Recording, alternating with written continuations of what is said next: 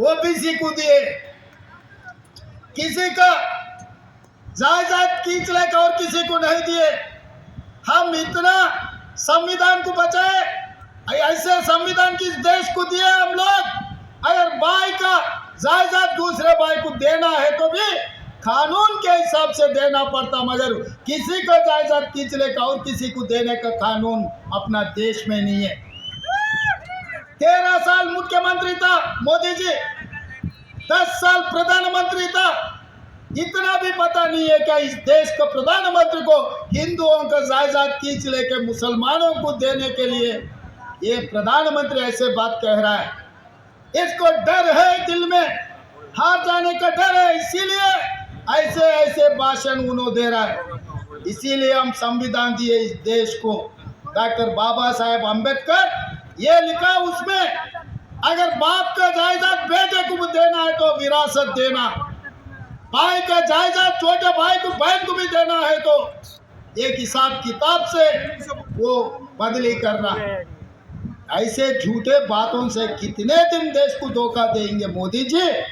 ये कोई तरीका नहीं है, आपको कोई शोभा देने वाले बात नहीं है। ऐसे बात मत कहो, ये देश के लिए सुरक्षा नहीं। మిత్రులారా, హిందువుల ఆస్తులు ముస్లింలకు గుంజి పెడతారంటారు. నేను అడుగుతున్నా, ఇక్కడ చాలా మంది మా అన్నదమ్ములు ఆస్తులు వచ్చుకున్న వాళ్ళు ఉండు కదనే, ఏరు పడ్డోళ్ళు ఉండు కదా. కాగితం రాసుకోకుండా, పెద్ద మనుషులు లేకుండా, తల్లిదండ్రులు ఒప్పుకోకుండా అన్న ఆస్తి తమ్మునికే ఇచ్చేటట్లేదు, తండ్రి ఆస్తి బిడ్డకి ఇచ్చేటట్లేదా? మన రాజ్యాంగం అట్లుంది. వీళ్ళ ఆస్తులు గుంజుకొని వాళ్ళకి ఇచ్చేటట్టు ఉంటుందా? ఈ దేశ ప్రధానమంత్రికి ఇట్లా మాట్లాడతాడా? ఇది పద్ధత? ఎన్నికల్లో గెలవాలని ప్రయత్నం చేస్తే తప్పులేదు, కానీ దేశాన్ని మత ప్రాతిపదికన విభజించి చిచ్చు పెట్టి రాజకీయ ప్రయోజనం పొందాలని చూస్తున్నారు. ఇది దేశానికి మంచిదా? ఒక్కసారి ఆలోచన చేయండి. అశాంతి పెట్టేగి మన మధ్యలో పంచాయతీలు పెడితే ఈ దేశం కుప్పగూలుతుంది, ఈ దేశానికి తీర నష్టం జరుగుతుంది. అందుకే భారతీయ జనతా పార్టీని ఓడించాలి, కాంగ్రెస్ పార్టీని గెలిపించాలి. ఇంకొక మాట కూడా నేను చెప్పదలుచుకున్న మా బీజేపీ మిత్రులకు, దేవుడు గుడిలో ఉండాలి, భక్తి గుండెల్లో ఉండాలి. మిత్రులారా, దేవుడు గుడిలో ఉండాలి, భక్తి గుండెల్లో ఉండాలి. పోలింగ్ బూతుల డబ్బాలలో కాదు మిత్రులారా. మీరు చేసే వ్యాపారం, మీ రాజకీయ వ్యాపారం, మీ స్వార్థం ఈ దేశ ప్రజలకు అర్థమైతలేదని అనుకోకండి. ఇంత దుర్మార్గం, ఇట్లాంటి ఆలోచన ఈ దేశానికి మంచిది కాదు.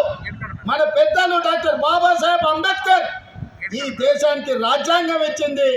ఒక సెక్యులర్, ఒక మత సామరస్యంతో కూడుకున్న పరిపాలనను అందించడానికి అవకాశం ఇచ్చింది.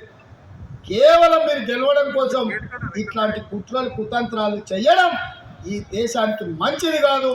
ఇట్లాంటి ఆలోచన మానుకోండి. రాముడు మీకే కాదు, మాకు రాముడే.